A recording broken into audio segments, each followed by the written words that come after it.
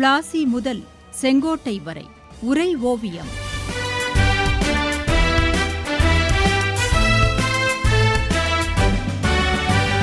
சும்மாவா வந்தது சுதந்திரம் என்பது, சும்மாவா வந்தது. 1935 இந்திய அரசு சட்டத்தை ஏற்று காங்கிரஸ் செயல்பட்டதா தாயே? அதற்கு தீவிர தேசியவாத புரட்சியாளர்கள் என்ன சொன்னார்கள்? அவர்களும் ஏற்று செயல்பட்டார்களா?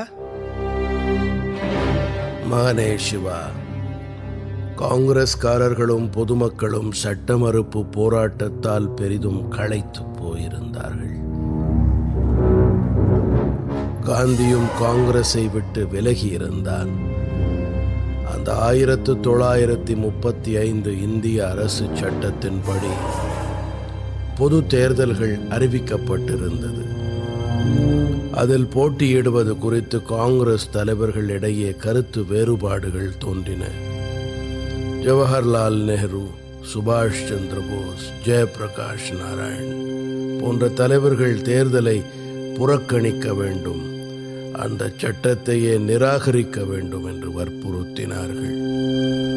ஆனால் வல்லபாய் பட்டேல், ராஜகோபாலாச்சாரி, சத்யமூர்த்தி, ராஜேந்திர பிரசாத் போன்றோர் இந்த சட்டத்தினால் ஏற்பட இருக்கும் இந்திய கூட்டாட்சி முறையின் குறைகளை உணர்ந்திருந்தார்கள் என்றாலும் அதை செயல்படுத்த ஒப்புக்கொண்டார்கள். நாடு சுதந்திரம் அடைந்த பிறகு ஏற்படவிருக்கும் சுய ஆட்சியில் இந்தியர்களின் அரசாட்சி சிறப்பாக அமைய இது ஒரு சிறந்த அனுபவத்தை தரும் என்று சிலர் கருதினார்கள்.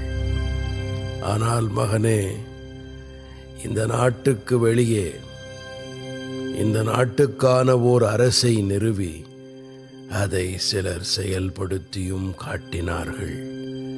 அப்படி இந்திய நாட்டுக்கு வெளியே இந்திய புரட்சியாளர்கள் சிலர் ஆப்கானிஸ்தான் தலைநகரான காபூலில் தற்காலிக இந்திய குடியரசு ஒன்றை நிறுவினார்கள்.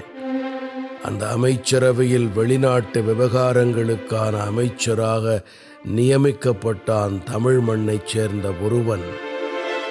அவன் ஷண்பகராமன்.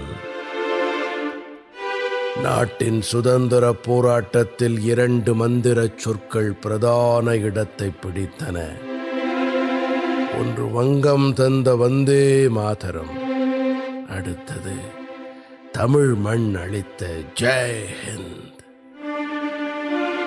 வந்தே மாதர கோஷம் தந்த பங்கிம் சந்திர சாட்டர்ஜியை பற்றி நான் முன்பே சொல்லியிருக்கிறேன். அதுபோல ஜெயஹிந்த் கோஷத்தை அளித்து அதை பிரபலப்படுத்தியவனை பற்றி நீ தெரிந்து கொள்ள வேண்டாமா?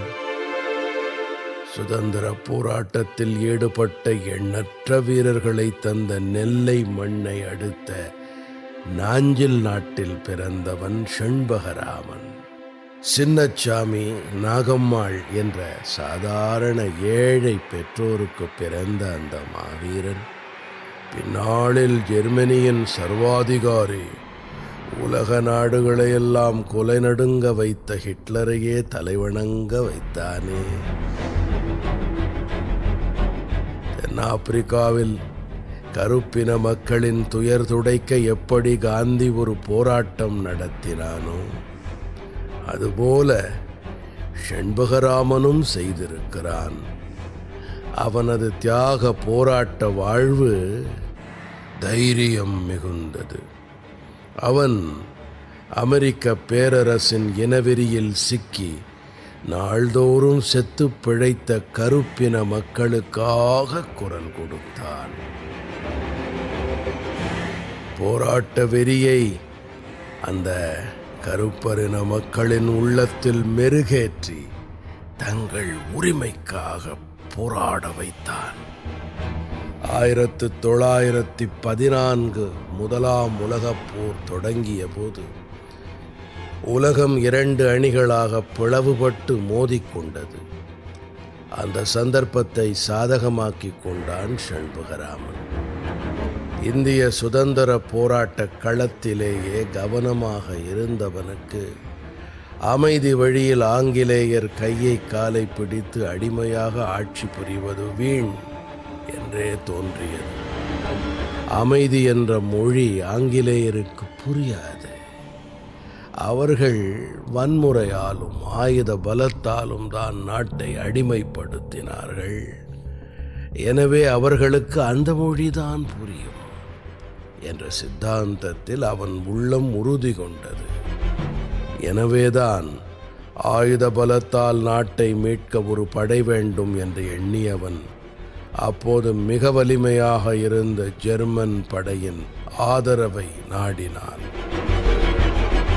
ஜெர்மன் மன்னர் கெய்சரின் ஆதரவுடன் முதலாக இந்திய தேசிய தொண்டர் படையை அமைத்தார். INV என்ற பெயர் கொண்ட அந்த அமைப்பு ஒரு இராணுவ பலம் கொண்ட அமைப்பாகவே தயாரானது. அவனது வீரமிக்க செயல்பாடுகளைக் கண்டு அதிசயித்த ஜெர்மன் மன்னர் கெய்சர், இந்தியா விரைவில் சுதந்திரம் பெறும், சுதந்திர இந்தியாவின் முதல் குடியரசுத் தலைவராக மாவீரன் செண்பகராமன் வரவேண்டும் என்று தன் விருப்பத்தையும் தெரிவித்தான்.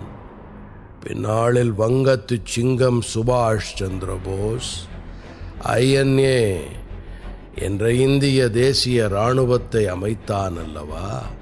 அதற்கு முன்னோடியாக இருந்ததுதான் செண்பகராமன் அமைத்த INV. 1933 வியன்னாவில் நடைபெற்ற ஒரு மாநாட்டில் சுபாஷ் சந்திர போஸும் செண்பகராமனும் தாய்நாட்டின் விடுதலை குறித்து பேசிக் கொண்டிருந்த போது செண்பகராமன் வகுத்து கொடுத்த திட்டங்கள் சுபாஷ் சந்திர போஸை வெகுவாக கவர்ந்திருந்தது. அதன் அடிப்படையில் தான் INA-வை வடிவமைத்தான் சுபாஷ். திருவிதாங்கூரில் மகாராஜா கல்லூரியில் படித்து வந்தான் செண்பகராமன். சுதந்திர போராட்டங்களை குறித்த செய்திகளும் நிகழ்வுகளும் அவனது இளம் உள்ளத்திலும் கனலாய் புகையத் தொடங்கியது. அப்போது ஜெர்மனியிலிருந்து இந்தியாவுக்கு உளவு பார்க்க வந்திருந்த ஒற்றன் வில்லியம் ஸ்ட்ரிக்லாண்ட் திருவிதாங்கூரிலும் சிறிது காலம் தங்கியிருந்தான். அவனது பார்வையில் பட்டான் மாணவன் செண்பகராமன். அவனது பிரிட்டிஷ் எதிர்ப்பு போராட்ட செயல்பாடுகளும் துடிப்பான வேகமும் வில்லியம் ஸ்ட்ரிக்லாண்டை பெரிதும் கவர்ந்தது. இவனை ஜெர்மனிக்கு அழைத்துச் சென்று ஆங்கிலேயர் மீதுள்ள வெறியை மேலும் தூண்டிவிட்டு ஒரு பெரும் புரட்சிக்காரனாக மாற்ற வேண்டும் என்று திட்டமிட்டான். பெற்றோரின் அனுமதி பெற்று செண்பகராமன் பிள்ளையை தன்னுடன் ஜெர்மனிக்கு அழைத்துச் சென்றான். செண்பகராமன் அங்கே கல்லூரியில் படித்து பொறியியல் துறையில் பட்டங்களும் பெற்றான்.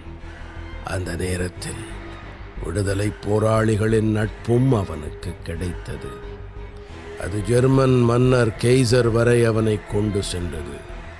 கெய்சரின் உத்தரவுப்படி ஜெர்மனி கடற்படையில் பொறியாளராக பதவி உயர்வு பெற்றான் செண்பகராமன். கடற்படை பொறியியல் துறையில் செண்பகராமனுக்கு இணை வேறு எவரும் இல்லை என்ற நிலை வந்தது.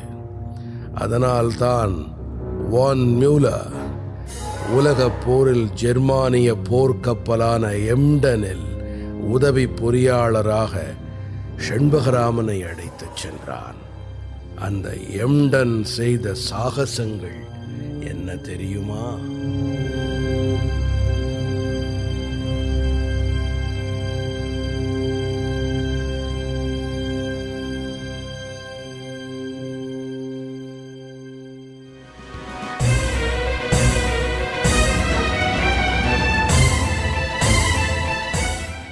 பிளாசி முதல் செங்கோட்டை வரை உரை ஓவியம் கேட்டீர்கள்.